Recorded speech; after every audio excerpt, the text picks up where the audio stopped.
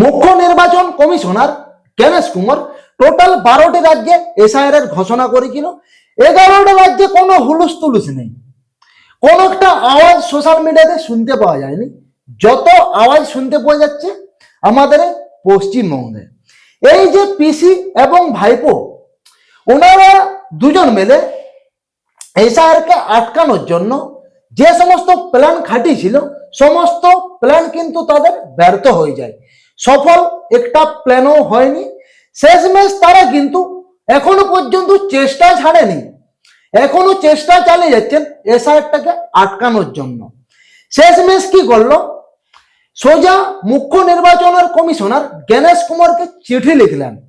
কারণ এই যে এসআইআরটা আমাদের পশ্চিমবঙ্গে হচ্ছে, কিন্তু 26-এ ভোট, এই এসআইআর এর চক্করে এই 26-এর ভোটে কি ক্ষতিটি হচ্ছে তৃণমূলের, সেটা কিন্তু সব থেকে ভালোভাবে বুঝতে পারছেন আমাদের যিনি মাননীয় মুখ্যমন্ত্রী মমতা বন্দ্যোপাধ্যায়। সেই কারণেই কিন্তু পিসি এবং ভাইপো এই এসআইআরটাকে আটকানোর শত চেষ্টা করছে। তো বন্ধুরা, এই যে মুখ্য নির্বাচন কমিশনারকে কি চিঠি লিখলো আমি সমস্ত ঘটনা আপনাদেরকে পুরো ডিটেলসের সাথে বলবো। তার আগে বলি নমস্কার, আমি মানু, আপনাদেরকে অনেক অনেক স্বাগত, শুভেচ্ছা ও ভালোবাসা জানাচ্ছি আমাদের এই ছোট্ট ইউটিউব চ্যানেল মানু পাত্রতে। তো বন্ধুরা, আজ 5 দিন ভিডিও আসেনি, তার কারণ আমার চ্যানেলে রিপোর্ট পড়ে গেছিল, সেই কারণে আমি ভিডিও আপলোড করতে পারিনি। তো এই ভিডিওটি আপনারা যত পারেন শেয়ার করবেন আপনাদের ফ্রেন্ড সার্কেলে, এবং পারেন তো ভিডিওটিকে অবশ্যই একটি লাইক করে দেবেন। তো বন্ধুরা, সব থেকে প্রথম যে আপডেটটি আমি আপনাদেরকে শোনাচ্ছি, এই যে তৃণমূলের সব থেকে বড় নেতা যাকে আমরা বলি কুণাল ঘোষ, এই ব্যক্তি এমন এক ব্যক্তি, মানে মমতা এনাকে যাই করুক না কেন তিনি কিন্তু সেই তৃণমূলেই থাকবেন। কারণ এই লোকটার মধ্যে একটা সততা বলে জিনিস আছে। কারণ যখন কুণাল ঘোষ জেলে গেছিল ঠিক সেই সময় মমতাকে নিয়ে এবং তৃণমূল সরকারকে নিয়ে তিনি যা কথা বলেছিল সোশ্যাল মিডিয়াতে, সেই বিষয়ে আপনারা সকলেই জানেন, আমি আর দ্বিতীয়বার বলছিনি।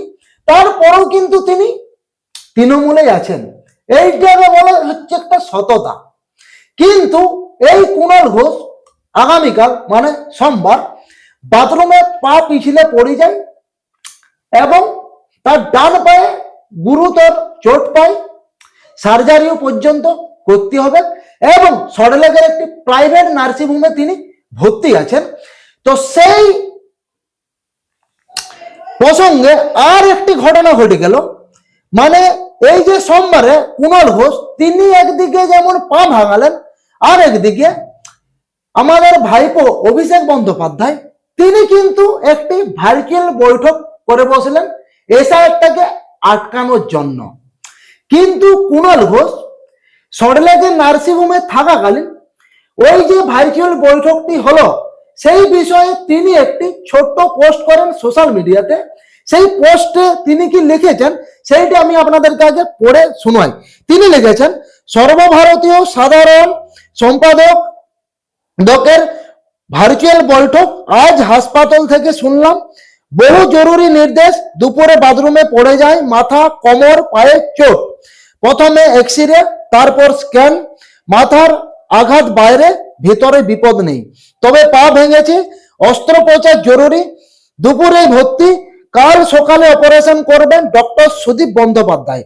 যারা খবর পেয়ে এসেছেন, ফোন করেছেন, শুভেচ্ছা জানিয়েছেন, তাদেরকে ধন্যবাদ। সকলের হোয়াটসঅ্যাপের উত্তরও আজ দিতে পারিনি, কিছু মনে করবেন না।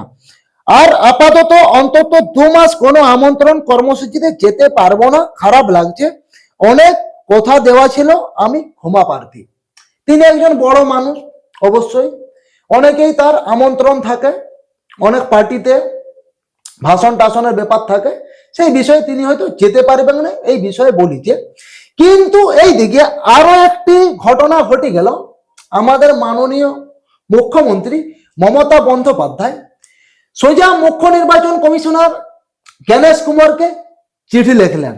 প্রথমে একবার চিঠি লিখেছিল, সেই বিষয়ে আমি আপনাদেরকে বলি। তিনি প্রথমে যে চিঠিটি লিখেছিল, তিনি লিখেছিল সিও দপ্তরের ডেটা এন্ট্রি অপারেটর ও সফটওয়্যার ডেভেলপমেন্টের নিয়োগ নিয়ে। কারণ এই যে এসআইআর চলছে, গত 3-4 দিনে এসআইআর এর চক্করে অনেক বিএলও মার খেয়েছে। মানে এইরকম তিনি প্রশ্ন লিখে পাঠিয়েছিল নির্বাচন কমিশনারকে, এবং লিখেছে আরো কি, সেটাও আমি আপনাদেরকে পড়ে শোনাচ্ছি। লিখেছেন, আমি অনুরোধ করছি দয়া করে চলমান প্রক্রিয়া স্থগিত করতে হস্তক্ষেপ করুন, দমনমূলক পদক্ষেপ বন্ধ করুন, যথাযথ প্রশিক্ষণ ও সহায়তা দেওয়া হোক এবং বর্তমান পদ্ধতি ও সময়সীমা পুনর্বিবেচনা করা হোক। আমার বিশ্বাস এই নিয়ে দেরি না করে আপনি পদক্ষেপ নেবেন। এই যে চিঠিটা তিনি লিখেছেন 20/11/25, কিন্তু তিনি কাল আরো চিঠি লেখেন নির্বাচন কমিশনার জ্ঞানেশ কুমারকে। তিনি কি চিঠি লিখেছেন সেটা আমি আপনাদেরকে পড়ে শোনাচ্ছি। তিনি কি লিখেছেন শুনুন, আপনারা সবকিছুই শুনুন। আমার নজরে আসা দুটি বিরক্তিকর অথচ জরুরি বিষয় সম্পর্কে আমি আপনাকে লিখতে বাধ্য হচ্ছি। চুক্তি ভিত্তিক ডেটা এন্ট্রি অপারেটর এবং বাংলা স্বায়ত্ত কেন্দ্র বা পিএসকে কর্মীদের দিয়ে কাজ করানো যাবে না বলে নির্দেশ করেছেন সিইও। অথচ সিইও অফিস 1 বছরের জন্য 1000 ডেটা এন্ট্রি অপারেটর এবং 50 জন সফটওয়্যার ডেভেলপার নিয়োগ অনুরোধ করেছে। এটা খুব উদ্বেগের বিষয়, যখন জেলা অফিসগুলিতে ইতিমধ্যেই এই ধরনের কাজ করার জন্য যথেষ্ট সংখ্যক দক্ষ পেশাদার রয়েছে। তখন পুরো 1 বছরের জন্য বহিরাগত সংস্থার মাধ্যমে একই কাজ আউটসোর্স করার জন্য সিইওর উদ্যোগে কি প্রয়োজন? এটা কি কোনো রাজনৈতিক দলের নির্দেশে কায়েমি স্বার্থ পূরণের জন্য করা হচ্ছে? তিনি এই সব লিখেছেন। তবে এই যে তিনি চিঠিতে লিখেছেন সেই বিষয়ে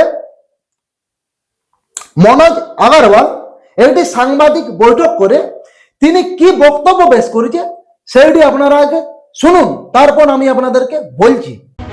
ডেটা এন্ট্রি অপারেটর যে এখন কন্ট্রাকচুয়াল আছে, ইসিআই ডিসিশন আছে, ওদেরকে ইউজ করা যায় না।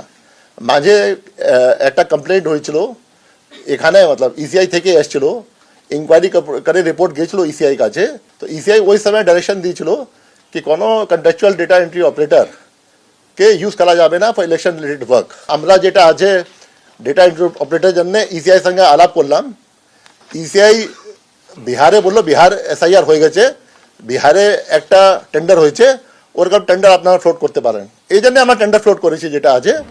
এই যে মনোজ আগরওয়াল কি বললো আপনারা পুরো ঘটনাটা শুনলেন, 36 সেকেন্ডের ভিডিও ছিল। এই যে উদ্যোগটা নিয়েছে টোটাল আরো 12টি রাজ্য। প্রথম হয়েছিল বিহারে। বিহারে কিন্তু একদম সফলভাবে হয় এসআইআর।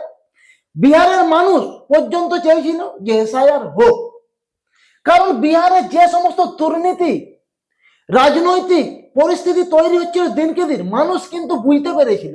সেই কারণে বিহারে যে সমস্ত সাধারণ মানুষ ছিল তারাও চাইছিল যে সরকার এবারে চেঞ্জ হোক, নতুন সরকার গঠন হোক। এই জন্য বিহারে ফল পেল এসআইআর হওয়ার পর বিজেপি কি করলো, সফলভাবে জয়ী হলো বিহারে। সেই উদ্যোগ আরো নিল সেকেন্ড বার এবং টোটাল 12টি রাজ্যে আরো, কিন্তু 11টা রাজ্যে কোনো হুলুস তুলুস হয়নি। যত হুলুস তুলুস আমাদের পশ্চিমবঙ্গে এসআইআরটাকে আটকানো নিয়ে। এই যে 1.5-2 কোটি ভোটারের যে এইখানে ক্যাসেটটা আছে, 1.5-2 কোটি ভোটার যদি বাদ চলে যায় এইখানেই তো খেলা শেষ। নতুন করে খেলা আর কিছু বেঁচে থাকবে নাই। সেইটা কিন্তু এই রানিং সরকার ভালোভাবে বুঝতে পারছে। সেই কারণে এসআইআরটাকে আটকানোর জন্য এত লীলা চালিয়ে যাচ্ছে। কিন্তু এই বিষয়ে শুভেন্দু অধিকারী কি বক্তব্য পেশ করলো সেইটা আপনারা আগে শুনুন। উনি যেমন রাজীব সিনহাকে দিয়ে পঞ্চায়েত ভোটটা লুট করেছেন, পৌরসভা ভোট লুট করেছেন, ওইটা ভাবছেন। ওখানে রাজীব সিনহা নেই, জ্ঞানেশ কুমারজি, মনোজ আগরওয়ালজি আছেন। অত অত অত খারাপ কাজ ওরা করে, আর এসব কাজ ইলেকশন কমিশন করে না। শুভেন্দু অধিকারী কি বললো আপনারা শুনলেন। শুভেন্দু অধিকারী কিন্তু পায়ের উপরে পা তুলে বসে আছে গদির উপর। তিনি বুঝে গেছে খেলার এটা শেষ পর্যায়ে চলে গেছে। যেদিন খেলাটা হবে 26-এ, সেই দিনেই একদম পরিষ্কার হয়ে যাবে। তো বন্ধুরা, এই বিষয়ে আপনাদের কি বক্তব্য অবশ্যই কমেন্টে জানান। আর এই চ্যানেলে নতুন যদি ভিজিট করে থাকেন অবশ্যই চ্যানেলটিকে সাবস্ক্রাইব করুন এবং যত পারেন ভিডিওটিকে শেয়ার করুন। 5 দিন ভিডিও আপলোড করা হয়নি, চ্যানেলটির রিচ অনেকটাই কমে গেছে। তো এরপর থেকে কন্টিনিউ যেমন ভাবে ভিডিও আমি দিচ্ছিলাম পার ডে, সেরকম পার ডে ভিডিও আপনারা পাবেন।